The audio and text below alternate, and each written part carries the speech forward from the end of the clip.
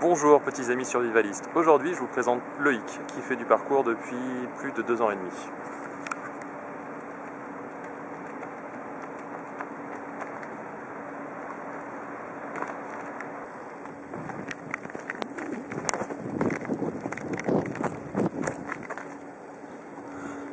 Bonjour Loïc. Bonjour Marion.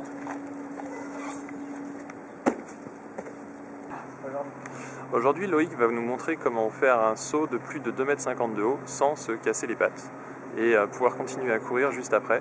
Alors un petit instant, Loïc est perché là-haut, bougez pas. Prends ton temps Loïc, hein.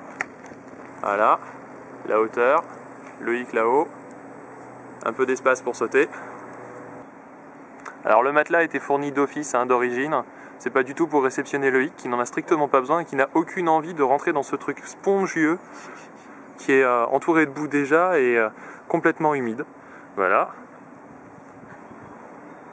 Vas-y Loïc, quand tu veux maintenant.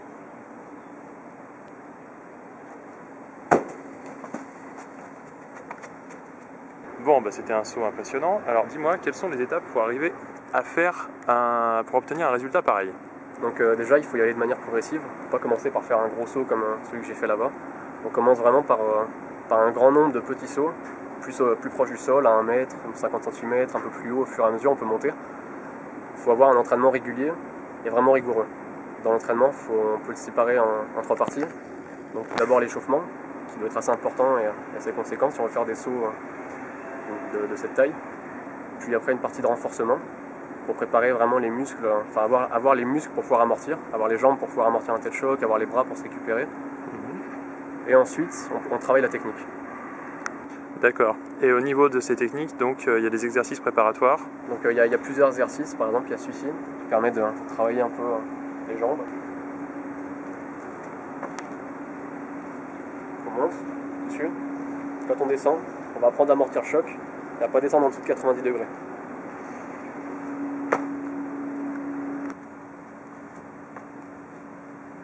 On arrive bien sur la pointe des pieds. Donc Loïc, combien de fois tu répètes un saut pour juger qu'il est bon? Bah, tout dépend du saut et de la façon dont j'ai commencé, quoi. Donc par exemple sur ce saut, faut le répéter, on le répète des centaines et des centaines de fois dans l'entraînement physique. Parce que justement c'est un exercice de renforcement basique. Après il y a des sauts qui demandent plus de répétitions ou moins de répétitions. Tant qu'on le fait et qu'on réussit à arriver sans problème, sans douleur, Ouais. c'est que le saut normalement est bon. Après il peut y avoir des sauts qui ne donnent aucune douleur, mais où on ne réussira pas à aller assez loin parce qu'on n'a pas forcément trouvé la bonne technique. Il faut vraiment insister sur la répétition, c'est la clé, quoi. Bon, là Loïc va nous montrer un saut de précision, à savoir un saut qui permet de s'entraîner à la précision du saut plus tard pour la suite. C'est la base en parcours. Un instant.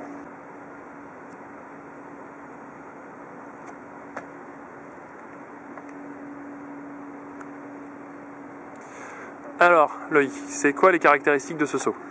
Saut de précision, comme son nom l'indique, on essaie d'être précis, d'arriver sur un point précis. Donc ici ce que je visais c'était la ligne. Je suis parti d'une ligne pour arriver à une autre. Pour arriver à celle-là ou l'inverse. Voilà. D'accord. Et il faut être le plus précis possible. Taper avec l'avant du pied, c'est ça? Le but c'est d'être précis parce que ici ça va, c'est des lignes au sol donc il n'y a pas de danger.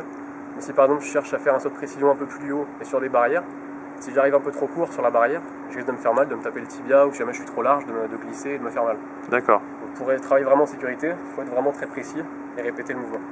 Ouais, sur la pointe du pied. Sur la pointe du pied pour pouvoir amortir et surtout pour éviter de glisser aussi. Si j'arrive sur le milieu du pied, je risque de glisser, j'aurai un moins bon amorti, un moins bon contrôle. Et quand on réceptionne un saut, il faut absolument faire attention à ne pas trop plier les jambes, c'est ça? Oui, comme pour tous les sauts, il faut essayer de respecter la règle des 90 degrés au niveau du genou. Donc c'est vrai que sur nos plus grands sauts de précision, on aura un peu de mal à arriver vraiment à 90, on va avoir tendance à plus plier. Donc c'est pour ça qu'à petite dose, il n'y a pas de grand risque. Mais si on fait ça tous les jours, que des répétitions, des centaines et des centaines de répétitions sur un saut, on arrive comme ça à chaque fois, ça va être très mauvais pour le genou.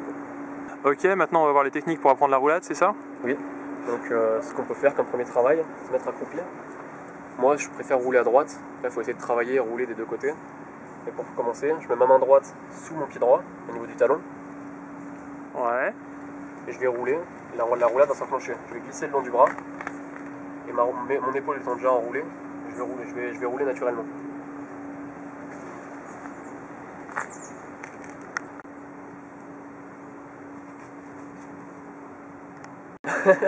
Donc maintenant je vais vous montrer comment faire la roulade à la suite d'un saut. Je monte sur le mur. Il monte sur le mur. Je vais sauter. Au moment où je vais arriver au sol avant l'impact, il faut que je sois dans cette position un peu vers l'avant. Jambes tendues et le corps vers l'avant pour enclencher la roulade.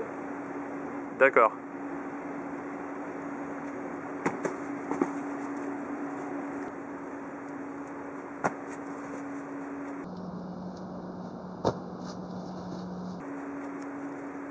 Quelles sont les étapes du saut à bien retenir en mémoire pour réussir son saut depuis une hauteur? Pour le saut, il n'y a pas trop de secret. Si on veut réussir à faire une bonne roulade derrière, il faut essayer de conserver une vitesse horizontale au moment où on va arriver au sol. Donc il faut pousser vraiment vers l'avant. Pas besoin de prendre de la hauteur parce que vous êtes déjà à une certaine hauteur. Donc pas la peine de chercher de monter trop haut. À la réception, maintenant, il faut être positionné comment pour pouvoir continuer son saut à l'horizontale et avancer pour plonger, quoi. Donc au moment de la réception, je ne dois pas trop fléchir les jambes, parce que si je commence à arriver jusque là, c'est fini. La roulade va plus servir à rien parce que j'aurai déjà tout amorti. Il faut que je garde les pieds dans la même direction que là où j'ai sauté. J'amortis, je plie un peu les jambes. Vu que j'ai de la vitesse, je vais commencer à aller vers l'avant. Et le réflexe naturel, c'est les jambes qui vont. Bon, retenez bien quand même que c'est pour réussir à faire un saut pareil, c'est beaucoup d'entraînement, beaucoup d'exercices simplifiés, beaucoup de répétitions sur des exercices qui deviennent tout simples à la fin, avant de pouvoir s'assurer de réussir correctement le travail qu'il est capable de faire et ce super saut par exemple.